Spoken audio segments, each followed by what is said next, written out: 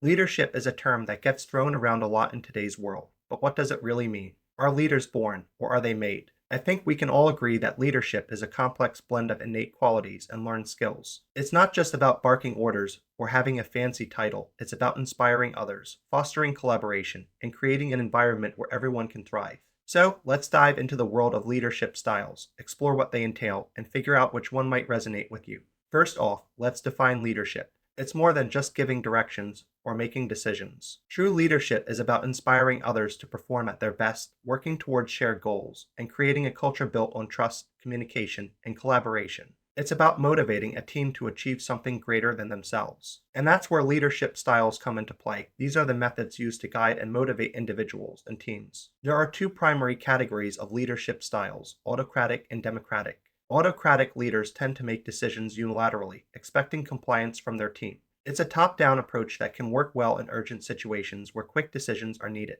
However, it often leaves little room for input from team members, which can lead to disengagement and a lack of innovation. People might feel like their voices don't matter, and that can really hurt morale. On the flip side, we have democratic leaders who thrive on collaboration.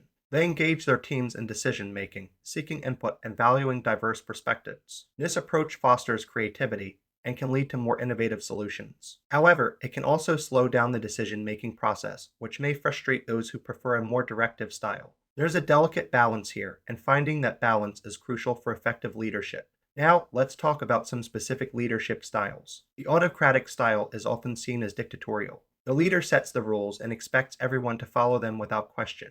It can create efficiency, especially in chaotic situations, but it can also lead to resentment and a lack of engagement from team members. People want to feel valued and heard, and an autocratic approach can strip that away. Then we have the democratic style, which encourages input and collaboration. This approach can lead to higher morale and motivation because team members feel like they have a stake in the process. However, it can also be time-consuming, as reaching a consensus can take longer than simply making a decision. It's essential to recognize when to employ this style and when to pivot to something more directive.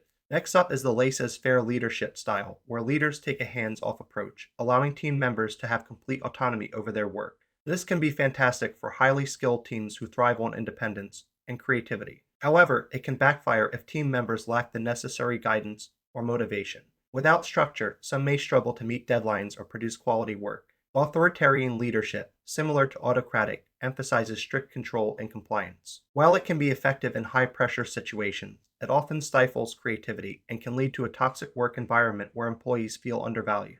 It's a style that can achieve results in the short term, but may not foster long-term loyalty or satisfaction among team members. Transformational leadership is a style that focuses on inspiring and motivating teams by creating a shared vision. Transformational leaders prioritize personal growth and development, encouraging team members to reach their full potential. This style can lead to high levels of engagement and satisfaction, but it requires a significant investment of time and energy from the leader. It's not always easy to maintain that level of enthusiasm and support over time. So, how do you determine which leadership style suits you best? It starts with self-awareness. Reflect on your strengths and weaknesses, your values, and your vision for your team. Are you more comfortable making decisions independently, or do you thrive on collaboration? Do you prefer to empower your team to take the lead, or do you find comfort in providing clear direction? Understanding your natural inclinations can help you identify your leadership style. It's also essential to consider your team's dynamics. Different teams may require different approaches. A highly skilled and motivated team may excel under a laissez-faire style, while a less experienced group may benefit from a more autocratic or directive approach. Flexibility is key. Adapting your style to fit the needs of your team and the situation at hand can lead to better outcomes. Now, let's get practical. Here are 10 tips on how to be an effective leader, regardless of your style. First, set a strong example. Your actions speak louder than words. Be accountable, reliable, and open to feedback. Second, communicate clearly. Make sure everyone understands your vision and expectations. Third, take responsibility for your decisions. Own your mistakes and use them as learning opportunities. Fourth, be flexible. Every situation is unique, and being adaptable can help you navigate challenges more effectively. Fifth, encourage creativity. Foster an environment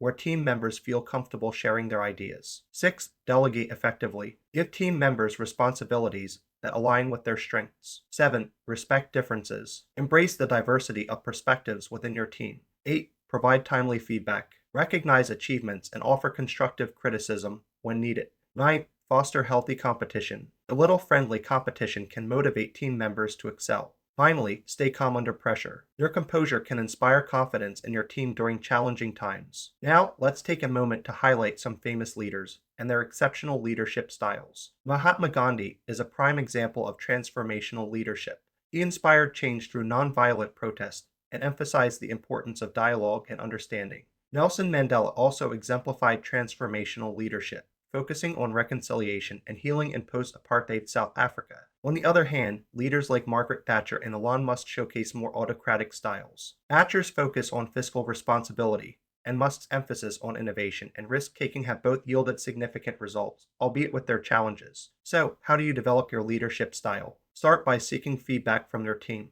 Understand how your leadership is perceived and where you can improve. Engage in continuous learning, read books, attend workshops, and seek mentorship.